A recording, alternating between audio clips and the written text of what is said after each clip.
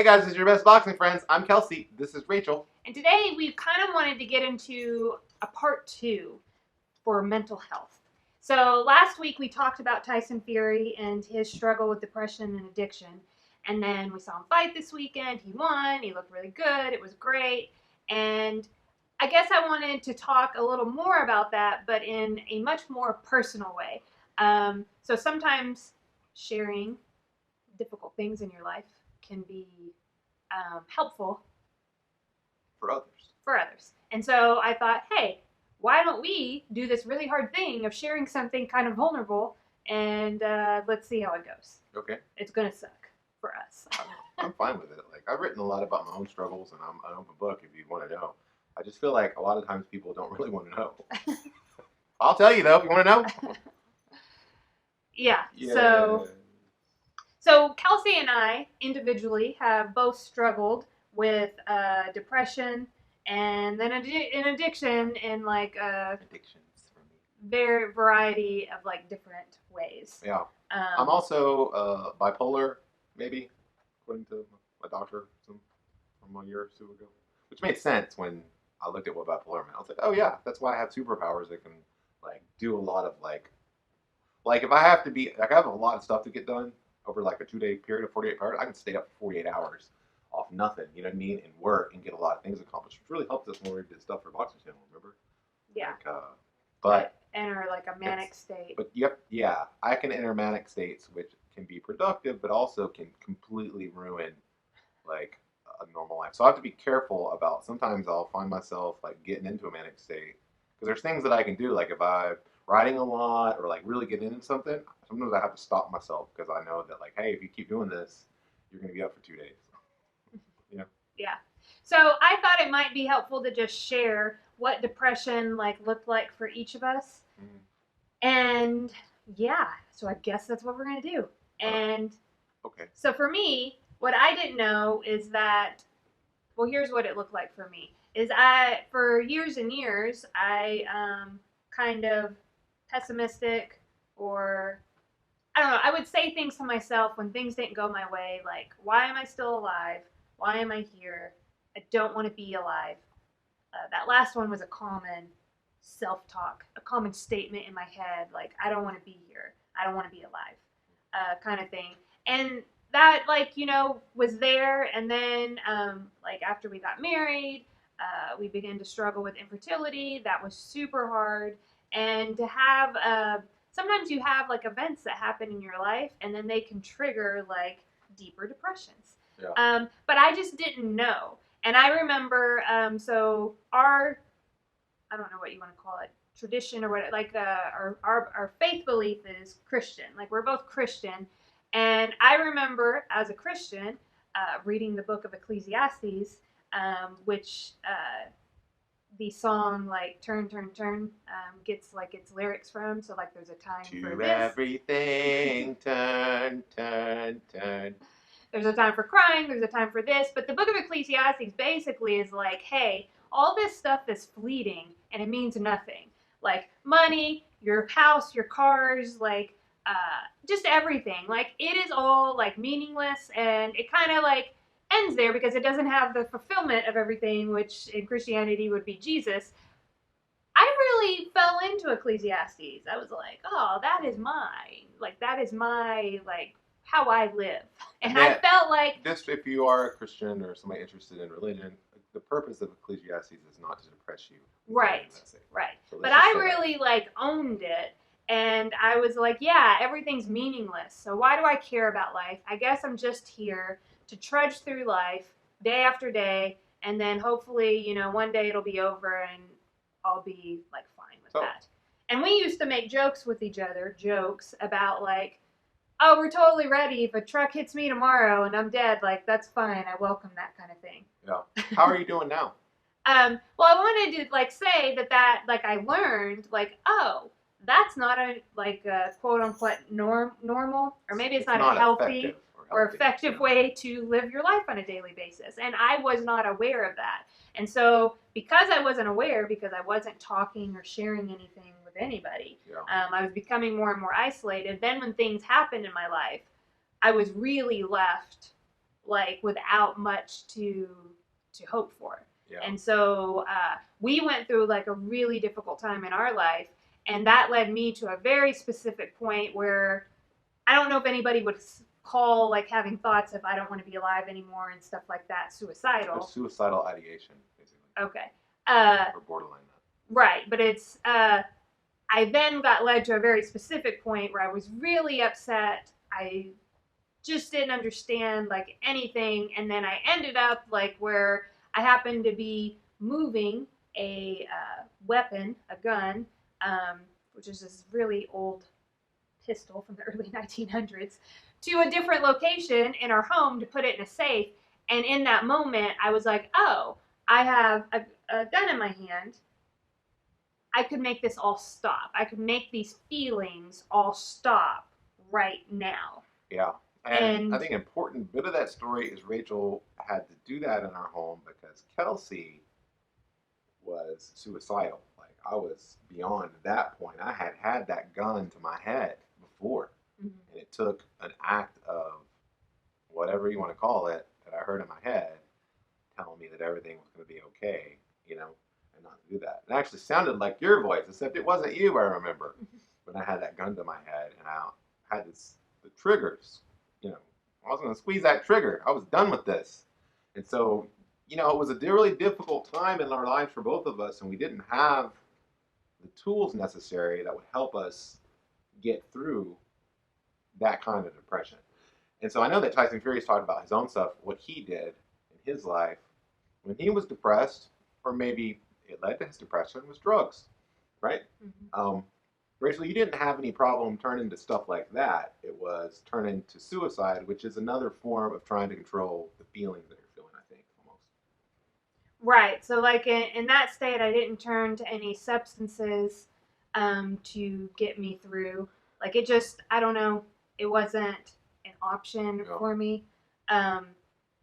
So because it wasn't an option in my head, like, I went straight to, I had other things. Like, I had behaviors. I was isolating myself, like just all this stuff that was ineffective. Yeah. In that moment, what kept me from going further down that track was that I did, regardless of what was going on, I had a belief that there was a higher power. Yeah. And that I went, well, if I end my life, it's not over. Yeah. Like, I don't think like I'm going to be dirt in the ground. So if you could have confidently been sure that it would have ended things, it probably would have been different. Yeah. But I wasn't confident in that it really would have ended things. Instead, I thought I'd be standing there in front of my higher power having to explain like why I decided to take my own life. Because my life belongs to God and not to myself. And so I didn't want to do that. I was like, I don't want to do that. Yeah. So moved on. I wasn't comfortable feeling my feelings. That was a huge thing, was having big feelings. Because anytime I had big feelings, that's when I would say, I don't want to be alive anymore. Like, that was my normal, like, self-talk. So how is your self-talk now when that happened? Well, I became aware of that self-talk. I remember when it happened after I was, like, in the recovery, like, process. And I was like, oh, where did that come from? So first I had to be aware of it, and then I had to let it go. Like, I was like, oh, that's an ineffective, like, piece of self-talk for myself. It's okay for me to have big feelings. So if I feel really angry or I feel really sad or really devastated, those feelings are okay to have. Does your brain still do that? It hasn't done that in like a few months. Mine still does that a lot. So I have the same kind of thing. Mm-hmm. And for me, like, I'm still in the awareness phase. So, like, basically what I'm saying is that I am not my thoughts, right? So I have all these thoughts, and you probably had too out there. I've had thoughts in your head that pop in your head that, like, you didn't really create. They just came to your head. Yeah. So you're not consciously creating these thoughts. So I still have that come, and it usually is when I have a lot of feelings. But just the first step, and I'm in that step, you could say, maybe it's a long step for me. There's no time limit on it. It's just being aware that I am not my thoughts, and, like, it's okay to learn and grow, you know? Yeah. Like, I'm like, gosh, like, why am I still here? Like, I feel like I'm still maybe technically clinically depressed. Like, I still question every day, like, what's my purpose? Do I have a purpose, right? Like, do I have a reason to be here? And I'm really grateful for all the good things in my life, especially over the past couple years where I had a very real experience that helped me take responsibility for my part in my life and to learn what I'm responsible for, which is me, and what I'm not, which is everything else that I was worried about. And I'm glad, like, our marriage has gotten so much better over the last 2 years. Like as awful as things were in my life, as bad as things got, and I mean, I should be dead. You know what I'm saying? Like, and I was trying to kill myself with drugs eventually. Like, um, I was trying to overdose. You know, um, and I got pretty close sometimes. So what I'm saying is that, like, as awful as that was, and it was awful, um, I'm so grateful for my life now, just in the small ways. Even now, when I wonder, does my life have a purpose? Why am I here?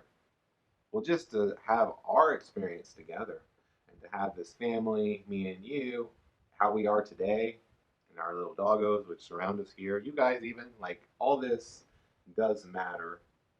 In your face, Ecclesiastes! You know, like, it does matter, you know?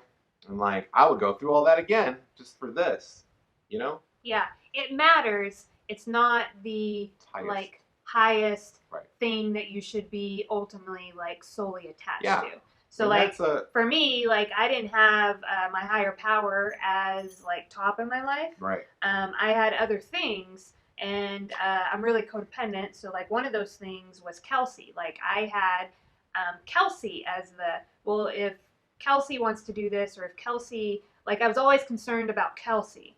And then I was concerned about other people. I was rarely concerned about myself, except when I wanted to meet my own codependent needs. Yeah.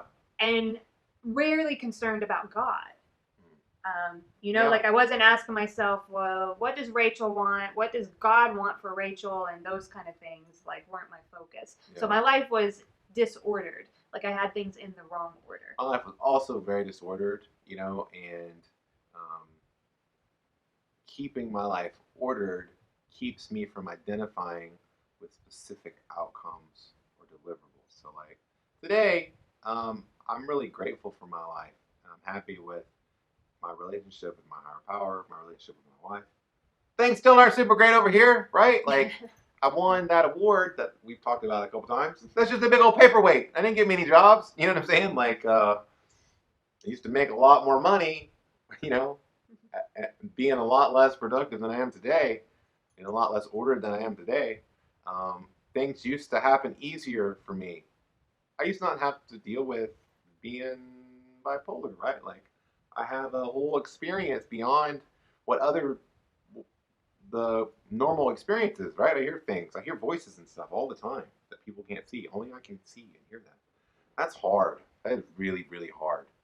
But I don't identify any longer with the disordered notion that my experience or the outcomes that I desire are the highest good. That's not really the truth. And so I'm grateful for learning that in this time. Am I ready for it to be over? Yeah, I'm ready for this to be over. I'm ready to be able to, man, remember when we used to just go buy whatever we wanted? That was nice. You know what I'm saying? We could go out to eat and stuff. It's not like that now. I'm just saying. That's the truth. Like, it's not. I'm not trying to get you to feel sorry for me. I'm saying, like, that's just how it is. But that what I've learned in this experience has been definitely very important in my life. And experiences, I mean, it doesn't matter. Like, I was going to say that things don't stay the same because they don't. But, like, even if, you know, things were like this forever, this is a lot better than what we had before, right? Well, yeah, I would choose like this relationship and the journey that I'm on with my higher power over what I had before. Yeah. Like when we had more money and better paying jobs and stuff like that. Yeah, definitely. I would too. I would definitely choose being comparatively crazy because I didn't hear voices before really all that often. I did sometimes, but not like this. Not where it's like 24/7. Kelsey's got like two separate lives going on, one here in reality and one outside of it. You know, sometimes I'm watching TV and like I'll be having a conversation over here, another part of my head. It's so crazy. I can't even explain to you how crazy it is. Um, so I think it's all like I surrender to all of it. I guess is what I'm saying, and that's one of the things that you learn in the 12-step program if you've ever been one of those. And that's what I would recommend to like anybody. Like it doesn't matter what your belief system is. The idea is that there's something bigger than you, and whatever that is for you, that you surrender your will to that, and you do like your best every day, but you let all the results, outcome oriented thinking and all that, like you let that go and let the thing that's bigger than you like handle all that, and you live day to day. And I think that is a much more pleasant way to live. And like I'm still like adjusting to it, because part of the way that I lived in anxiety and worry is habitual, so I'm learning how to let go of it. But I've had like times and pieces of days where I've let go of it, and I'm like, oh wow, like I feel better. I feel physically better because I wasn't, trapped in anxiety for 2 hours worrying about like, did I work enough today? Did I get enough done today? Did I do this or that? You know what I mean? Yeah. Yeah. Well, I'm just really grateful, Rachel, that you would share your experience with our friends here, because, like a lot more people deal with these kind of things, maybe not in the same extreme, but a little bit. I mean, it's not like I was just living my life happy, joyously, and freely, and then one day was like clinically depressed. It happened over time. Yeah. And so I think that just, by like hearing people's experiences, I know that when I hear other people's experiences, it helps me, if anything, not feel alone. You are not alone if you feel depressed or suicidal, if you're struggling with some sort of addiction. It doesn't have to be a classic addiction. It doesn't have to be drugs or alcohol. It can be all sorts of things. It could be food. It could be other people. It can be pornography or sex or whatever. There's all sorts of 12-step programs. You are not alone. There's a lot more in common. You have a lot more in common with people than you think. And so we just wanted to share a little bit about that in our lives related to, because hey, Tyson Fury is doing great right now, and I think that he's a really good example for people right now. Don't ever put your faith in other people. Like if Tyson Fury falters, it doesn't mean that you have to. Right. Yeah. So yeah, and that's why like I suggested that like maybe we share a little bit of our journey, because I don't know, it feels really messy to me. Like how it was, like I don't know how to do this perfectly, but I figure it was best just to do it, because I don't think enough people share about their real life out there when they have the opportunity and like platforms and whatever to do so. Yeah. Instead, like I don't know, you open up social media and it seems like everybody's just doing like effing great all the time. You know what I mean? So I just wanted to share a little bit of our lives, that it's not always great, but like we are continuing to move forward and journey. And so like you're not alone, like when you go through stuff. There's a great social media channel out there that I think something that really exemplifies being honest and sharing things on social media that's real and not just phony. And that's Rachel McCarson. Rachel __ McCarson is the best follow on Instagram, I think. I love watching her stories. In fact, my Instagram account only exists so that I can watch Rachel's stories. And I learned so much from watching her stories, because you really do share a lot about your life, your experience. And you're not trying to put up this air of perfection or phony nonsense that we all fall into. I've done that a lot in my life. And I think that's really great. It's refreshing, and I'm glad to see it. So if you're out there, if you've got Instagram, go ahead and follow Rachel _ McCarson.com. It's not .com. Rachel McCarson. Just go find Rachel McCarson. We'll leave a link down here in the show notes.